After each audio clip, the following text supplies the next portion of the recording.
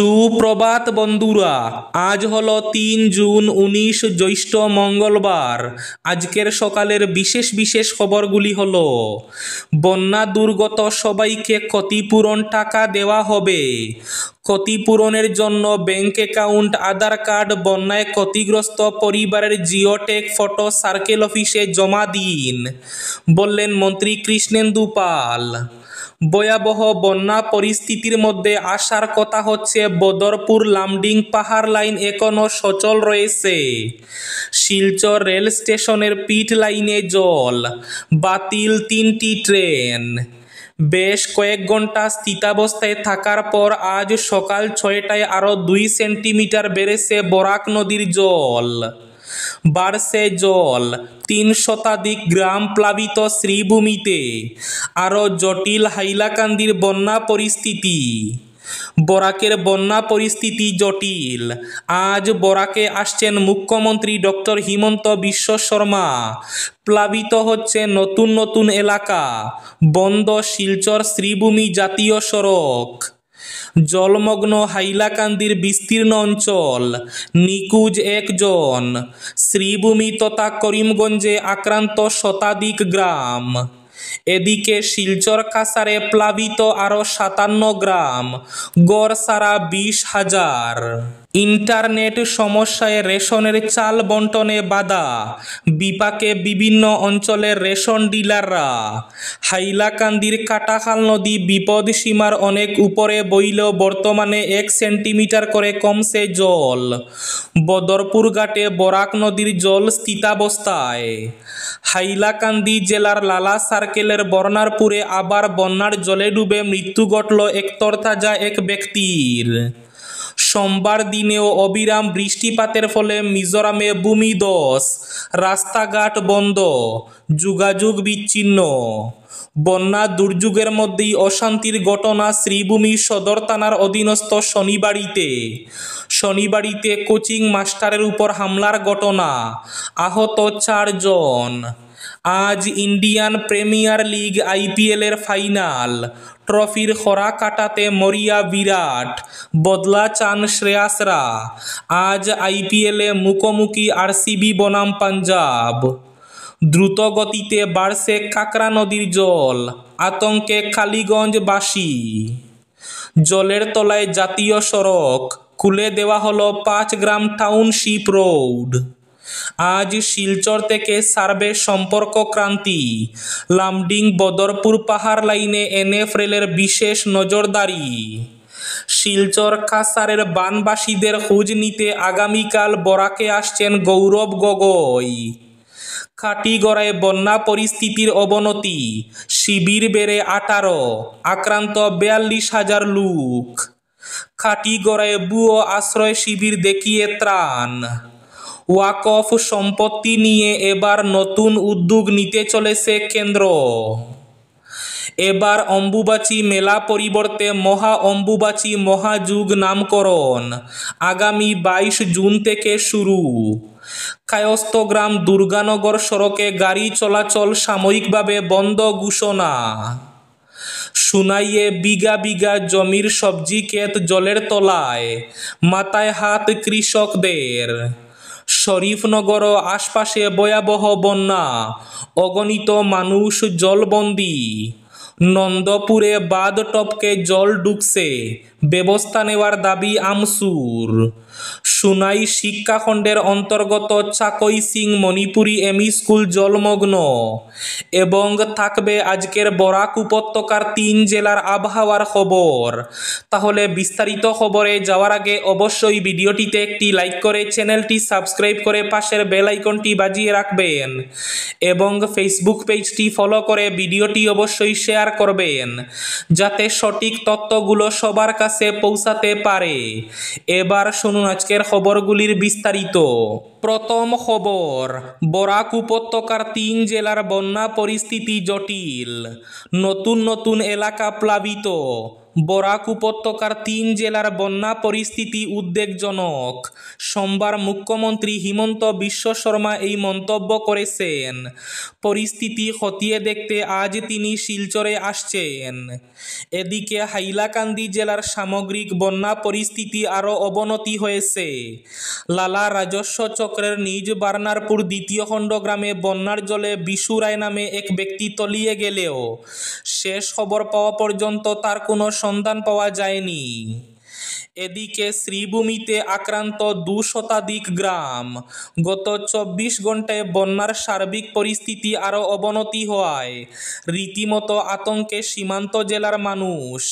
লঙ্গাই, সিংলা এবং কুশিয়ারা নদীর জল বিপদ সীমার অনেক উপরে থাকায় বাঙ্গা বাঁধ দিয়ে সহজে জল ঢুকে বন্যার ভয়াবহ রূপ নিয়েছে। লঙ্গাই নদীর জলের তোড়ে ভেঙে যাওয়া দুর্লভপুর গান্ধাইমুখো বরিবন্ধ বাঁধ দিয়ে জল প্রবল বেগে জনপদে ঢুকে বহু নতুন নতুন এলাকা প্লাবিত করেছে। জলের স্রোতে বহু বসতবাড়ি বিধ্বস্ত হওয়ার পাশাপাশি মারাত্মক ক্ষতিসাধন হয়েছে। এদিকে কাছাড় জেলার বন্যা পরিস্থিতির আরও অবনতি হলো সোমবার। বৃষ্টি থামলেও নদীর জল ধীর গতিতে বেড়েই চলেছে। বরাক নদী সহ জেলার উপনদীগুলিও ফুসছে।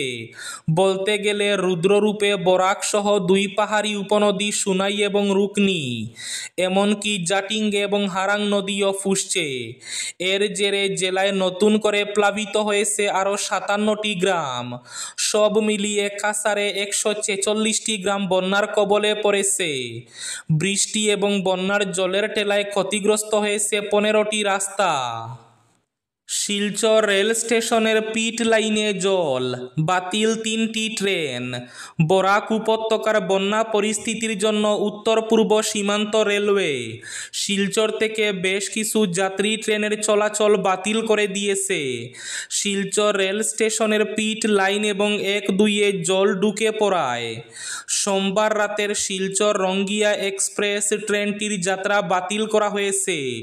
শিলচর নাহারলাগুন বিশেষ যাত্রীবাহী ট্রেনটিও বাতিল হয়েছে শিলচর থেকে।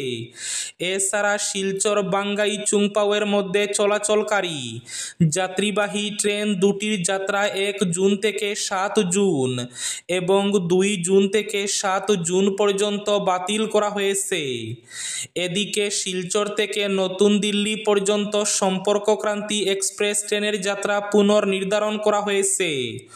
ওই ট্রেনটি 2 জুন শিলচর সন্ধ্যা 7:30-এ যাত্রা করার কথা ছিল, যার পরিবর্তে ট্রেনটি 3 জুন মঙ্গলবার রাত 8টায় শিলচর থেকে নতুন দিল্লির উদ্দেশ্যে রওনা দেবে।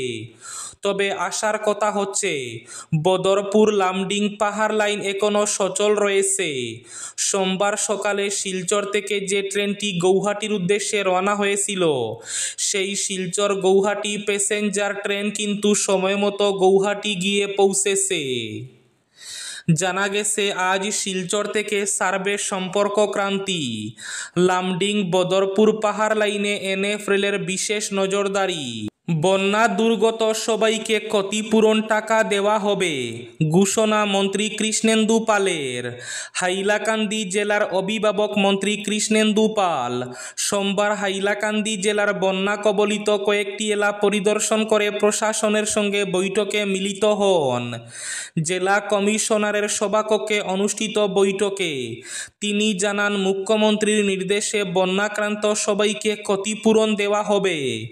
ক্ষতিপূরণের জন্য দুর্গত মানুষের ব্যাংক অ্যাকাউন্ট, আধার কার্ড এবং বন্যায় ক্ষতিগ্রস্ত পরিবারের বন্যাক্রান্ত সময়ের জিওটেক ফটো সংশ্লিষ্ট সার্কেল অফিসে জমা দিতে তিনি দুর্গত জনসাধারণের প্রতি আবেদন জানান।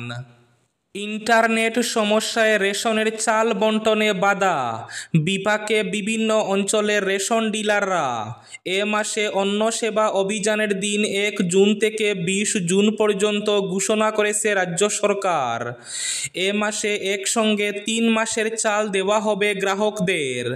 এই 20 দিনের মধ্যে গ্রাহকদেরকে একসঙ্গে 3 মাসের চাল বণ্টনের নির্দেশ দেওয়া হয়েছে। এ মাসের 20 দিনের মধ্যে একসঙ্গে 3 মাসের মাসের চাল পাবেন প্রত্যেক রেশন কার্ডধারী গ্রাহক। এটা রাজ্য সরকারের এক যুগান্তকারী পদক্ষেপ বলে মত প্রকাশ করেছেন রেশন কার্ডধারী পরিবারের লোকেরা। কিন্তু সরকারি এই পদক্ষেপে প্রধান বাধা হয়ে দাঁড়িয়েছে ইন্টারনেট পরিষেবা। গত দুদিন ধরে ইন্টারনেট সমস্যার কারণে সুচারুরূপে চলছে না ডিলারদের কাছে থাকা সরকার প্রদত্ত ই-পস মেশিন। ই-পস মেশিনে তথ্য আপলোড না হলে চাল বন্টন করতে পারেন না ডিলাররা। কিন্তু ইন্টারনেটের অভাবে চলছেই না মেশিন। এ নিয়ে চরম বিপাকে পড়েছেন বিভিন্ন অঞ্চলের ডিলাররা।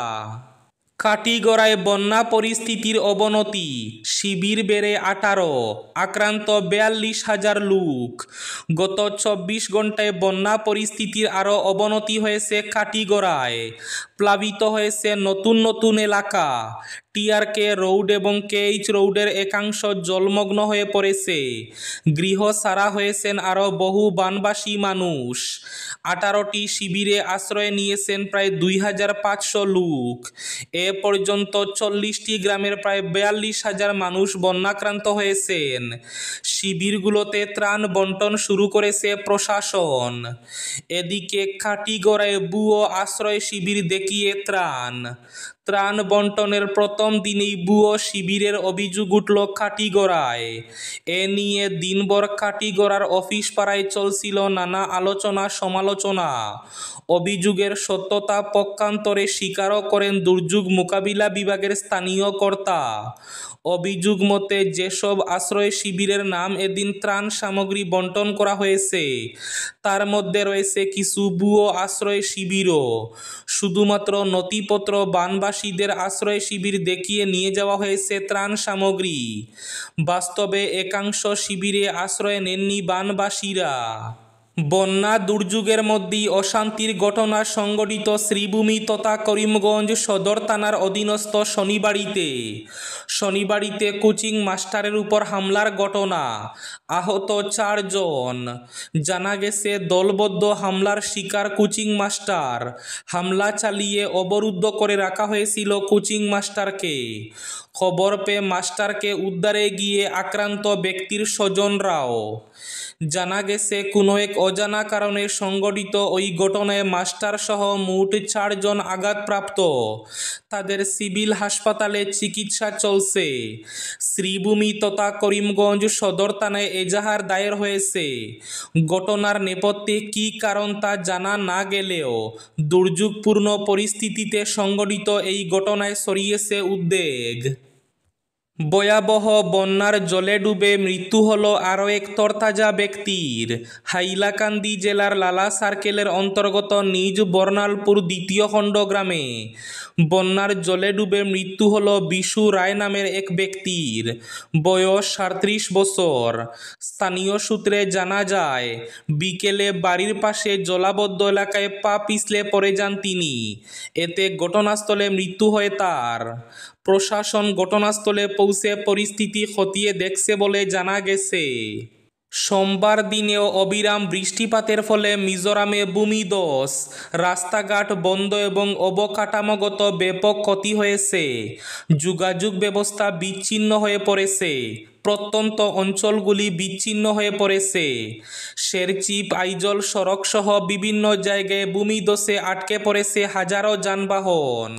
আজ ইন্ডিয়ান প্রিমিয়ার লিগ IPL এর ফাইনাল। ট্রফির খরা কাটাতে মরিয়া বিরাট, বদলা চান শ্রেয়াসরা।